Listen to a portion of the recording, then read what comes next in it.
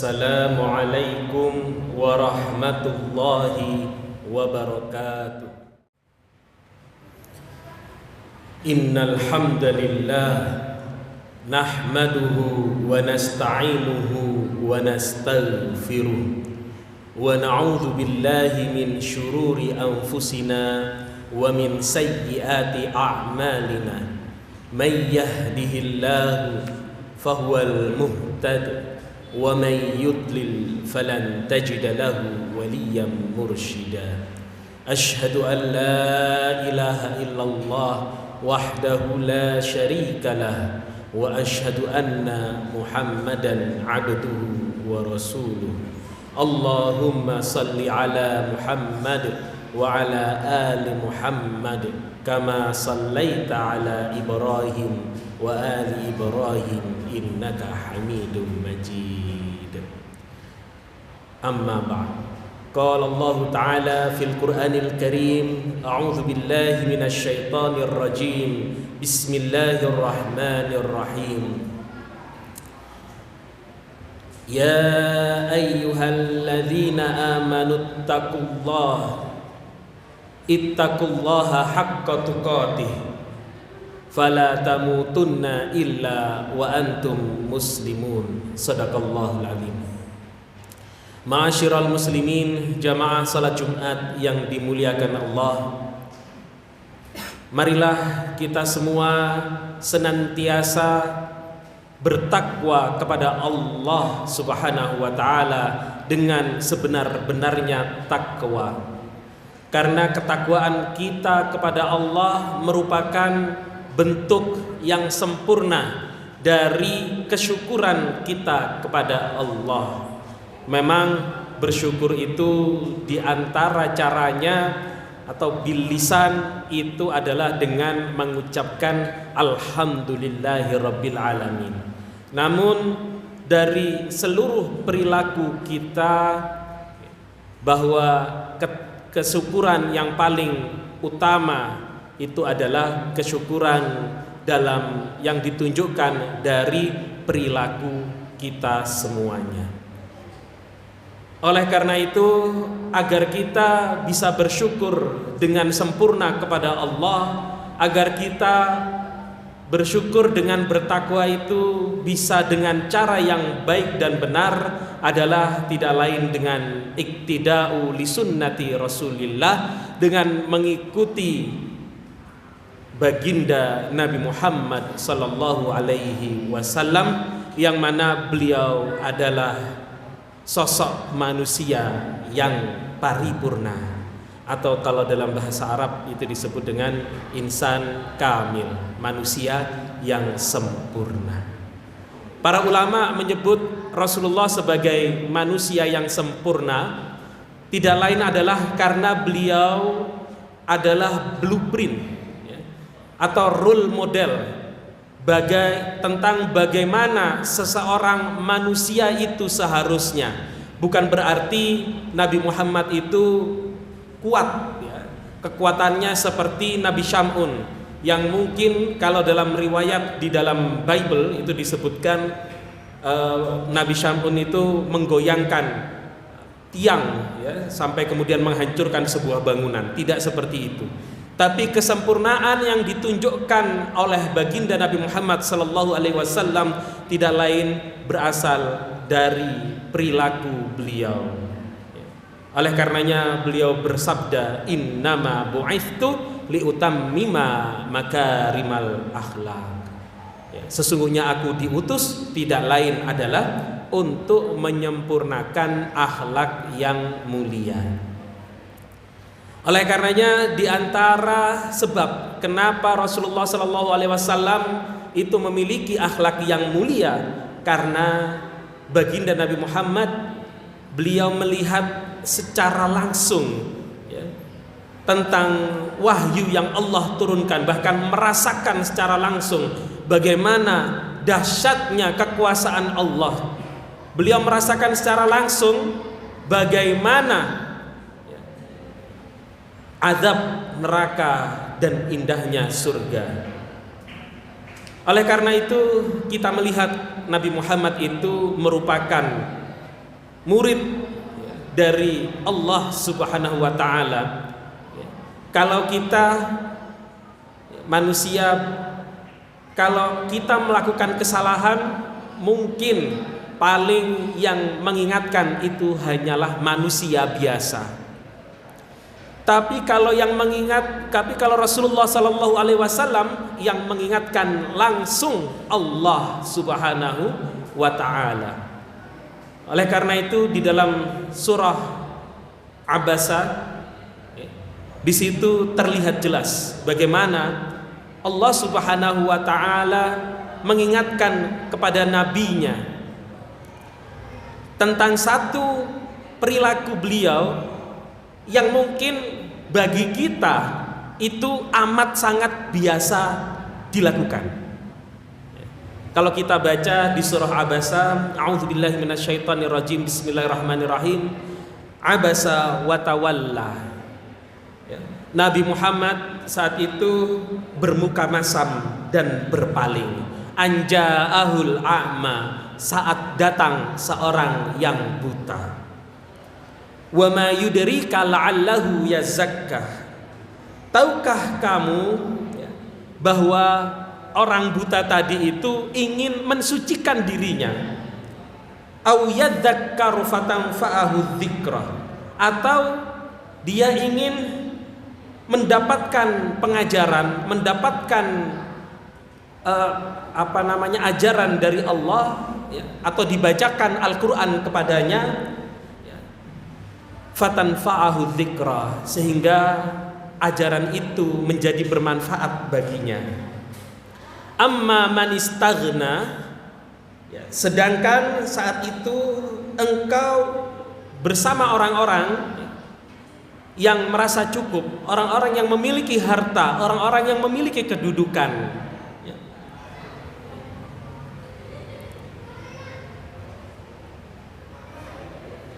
Fa'anta lahu tasadda, dan kemudian Rasulullah melayani mereka, padahal mereka tidak ingin untuk mensucikan dirinya. Wa ma 'alaika alla yazakka, dan tidak ada apapun sebenarnya. Rasulullah tidak akan berdosa, Rasulullah juga tidak akan mendapatkan masalah kalaupun mereka tidak mau mensucikan dirinya dengan masuk ke dalam Islam. Wa amma man ja'aka yas'a wa huwa yakhsha fa anta anhu talaha. Tapi saat ada orang yang datang kepadamu dengan susah payah, dia takut kepada Allah, tapi engkau berpaling darinya. Itu adalah ayat yang kata Ibnu Zaid dalam tafsir At-Tabari menyebutkan, kalau Rasulullah ingin menyembunyikan ayat di dalam Al-Quran, maka niscaya ayat ini adalah ayat yang Rasulullah akan sembunyikan untuk dirinya. Tapi ternyata Rasulullah tetap menyampaikan ayat itu kepada manusia sebagai pengingat. Kalau sesungguhnya setiap manusia di dunia ini memiliki kedudukan yang sama dan setara di hadapan Allah, yang membedakan antara kita dengan yang lainnya hanyalah ketakwaan kita kepada Allah. Dalam setting historis asbabun nuzul ayat tersebut, kita bisa imajinasikan bagaimana saat itu Rasulullah duduk bersama seorang atau 3 orang pemuka Quraisy, diantaranya adalah Abu Jahal dan termasuk Abbas, yang mana mereka adalah pemuka-pemuka Quraisy, dan Rasulullah saat itu berdakwah kepada para pemuka Quraisy, yang mana ayat ini saat itu memang turun di kota Mekkah. Lalu datanglah Ummi Maktum, yang mana Ummi Maktum ini adalah orangnya buta, sudah buta, miskin juga.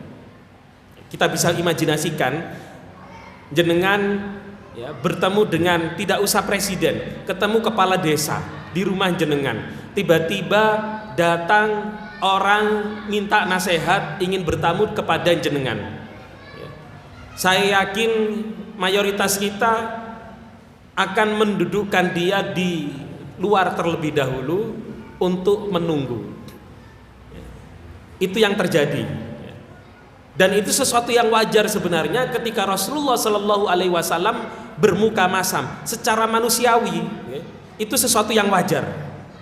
Bermuka masam itu pun Rasulullah tidak mengungkapkan kalimat-kalimat yang buruk. Rasulullah tidak mencela Ummi Maktum.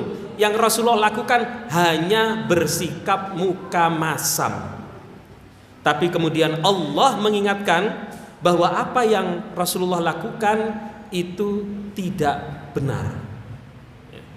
Karena bagi Allah, Ummi Maktum, Abdullah bin Ummi Maktum, seorang buta tapi beriman, jauh lebih berharga ketimbang para pemuka Quraisy yang tidak beriman.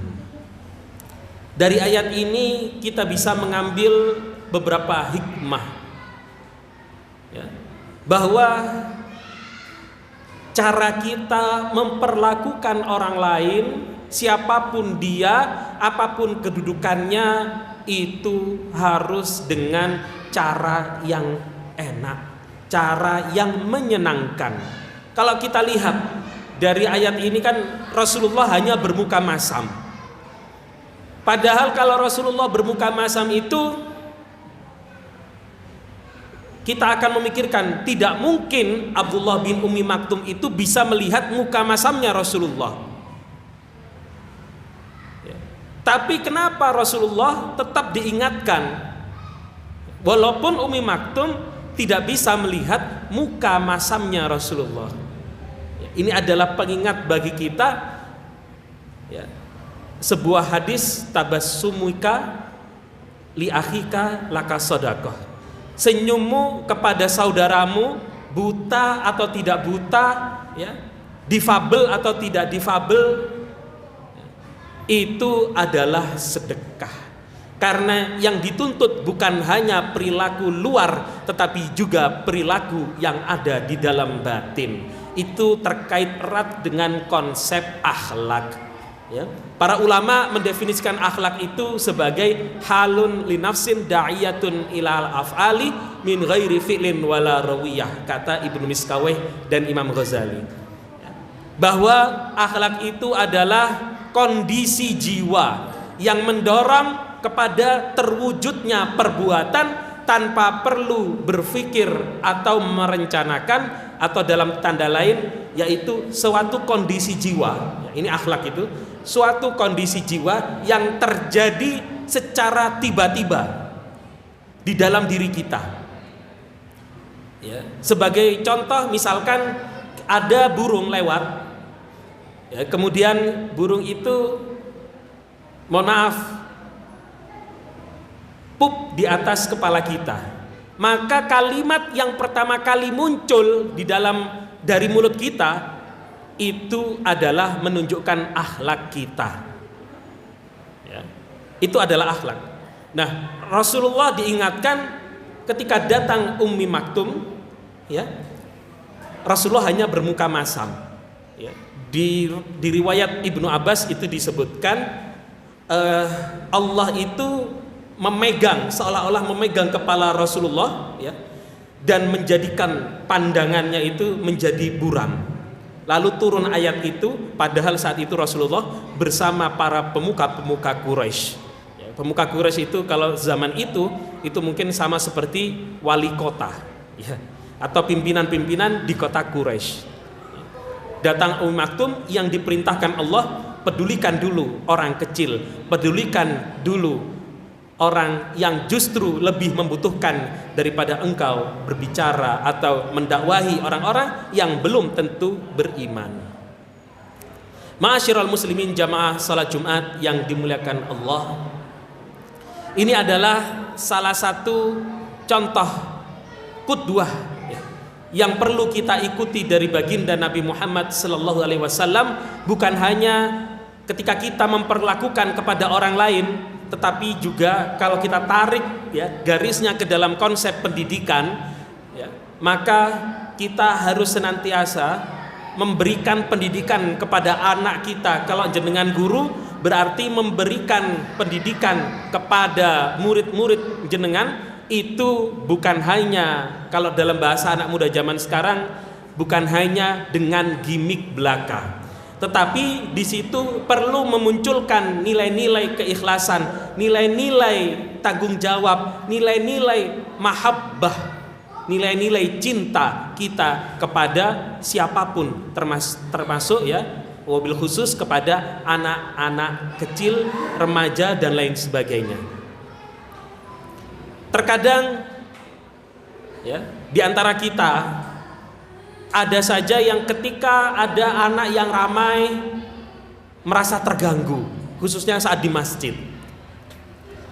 Terkadang saya berpikir, ya Allah, alhamdulillah Masjid Al-Mahdi dan masjid-masjid kaum muslimin semuanya masih banyak anak-anak kecil yang bermain di masjid tersebut.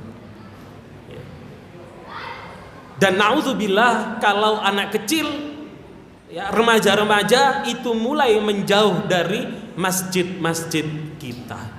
Naudzubillah, tsumma naudzubillah. Mungkin dalam salat Jumat ini kita lihat, kita dengarkan masih ada anak-anak kecil yang ramai. Alhamdulillah, masih kita perlu mengucapkan rasa syukur kepada Allah Subhanahu wa taala karena anak-anak inilah yang nanti akan menjadi penerus kita. Nah, metode pendidikannya ya, selain apa yang dari luar kita tampakkan, itu harus tumbuh dari dalam diri kita, rasa cinta kepada sesama kita, rasa cinta kepada anak-anak kita, rasa cinta kita kepada remaja-remaja kita, dengan senyuman, dengan muka yang menunjukkan, yang menceritakan kepada mereka atau memberitahu kepada mereka bahwa kita sebenarnya mencintai mereka, kita semua mengasihi mereka. Semoga kita semua benar-benar Allah jadikan diri kita ini menjadi orang-orang yang tidak bermuka masam. Kalbu kita, hati kita, itu Allah jadikan menjadi orang yang berakhlakul karimah, memandang semua orang di dunia ini dalam kondisi yang sama, memandang semua orang di dunia ini adalah manusia ya, yang mana mereka itu adalah, khususnya umat Islam, adalah orang-orang yang beriman dan bertakwa. Aqulu qauli hadza wastaghfirullahal adzim li wa lakum wa lisairil muslimina min kulli dhanbin fastaghfiruhu innahu wal ghafurur rahim.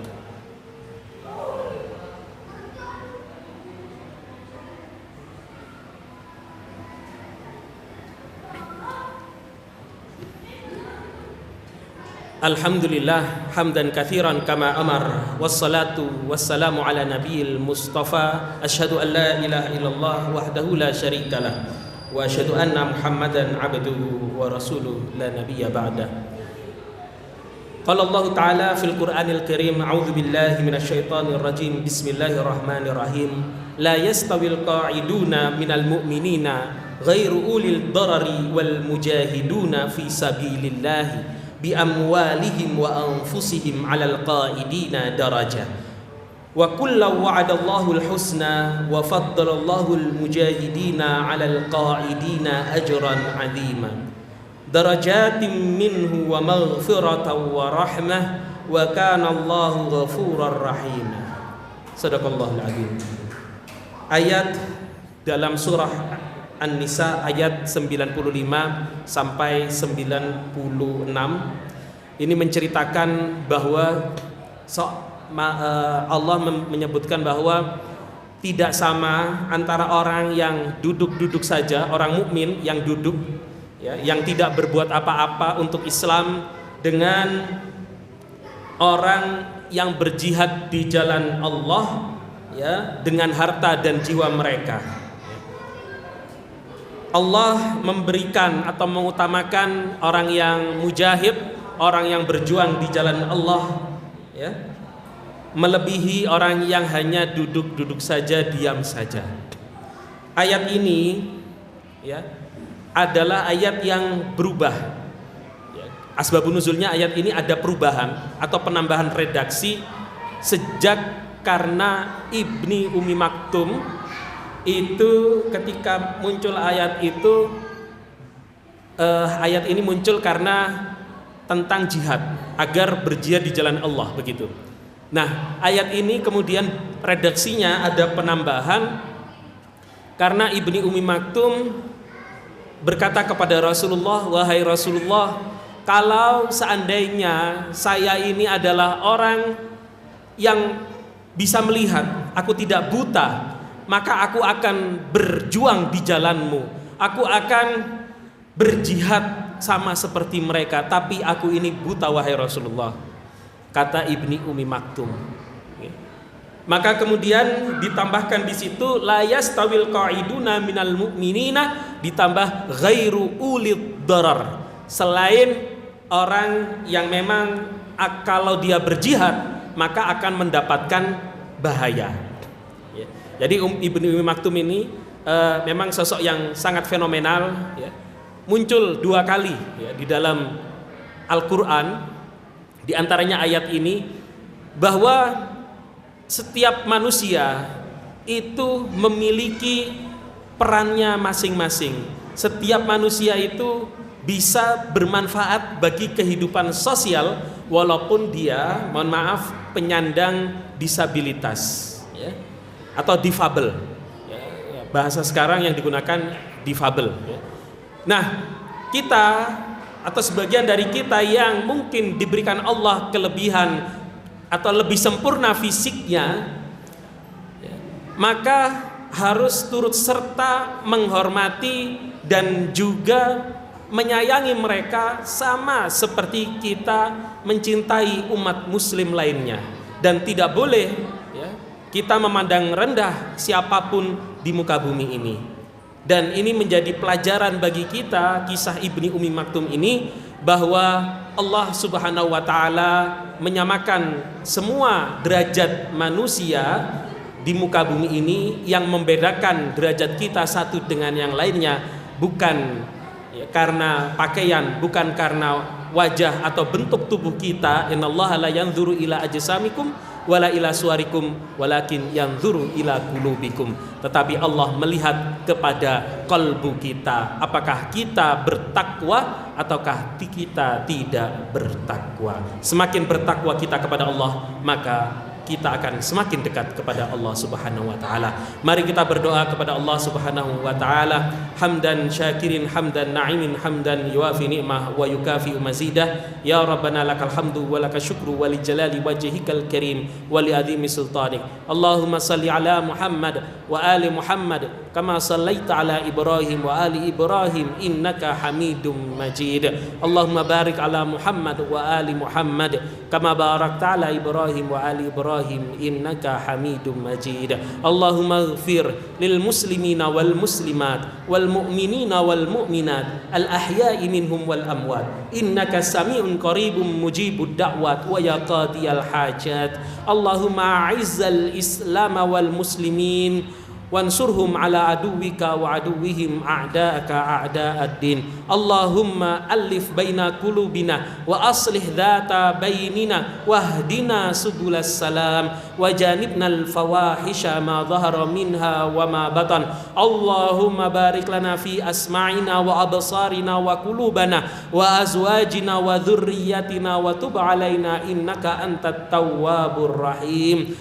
Allahumma arinal haqqa haqqa warzuqna ittiba'ah wa arinal batila batila warzuqna ijtinabah. Rabbana atina fid dunya hasanah wa fil akhirati hasanah wa qina adzabannar.